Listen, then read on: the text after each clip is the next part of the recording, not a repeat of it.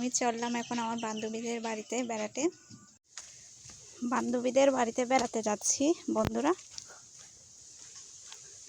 এই যে তাদের কাঁচা রাস্তা, গ্রামের রাস্তা ঠিক এ ধরনের হয়ে থাকে। ঝোপঝাড় একাই যাচ্ছি, কেমনটা জানি লাগছে। অবশেষে এই পাহাড়টা আমাকে উঠতে হবে। অনেক উঁচু এই পাহাড়টা, দেখতে হয়তো খাটো লাগছে কিন্তু অনেকটা উঁচু। ও মা, আমি প্রায় হাঁপিয়ে যাচ্ছি বন্ধুরা। ও মা,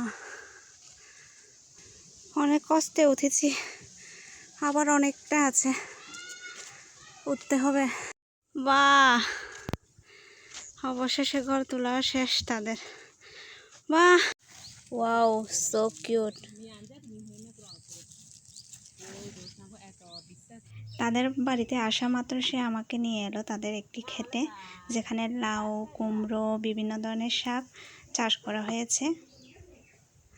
সমচ্ছি তাই করা দিচ্ছু হত হ্যাঁ থিতি করছো না কাজ অনাগে চেয়ে থিতিগুলো দিচ্ছ না। এইস ডাঙর সিগুন এই ফাদা করতে দেয় না যার এই এক গাদা দিচ্ছ না।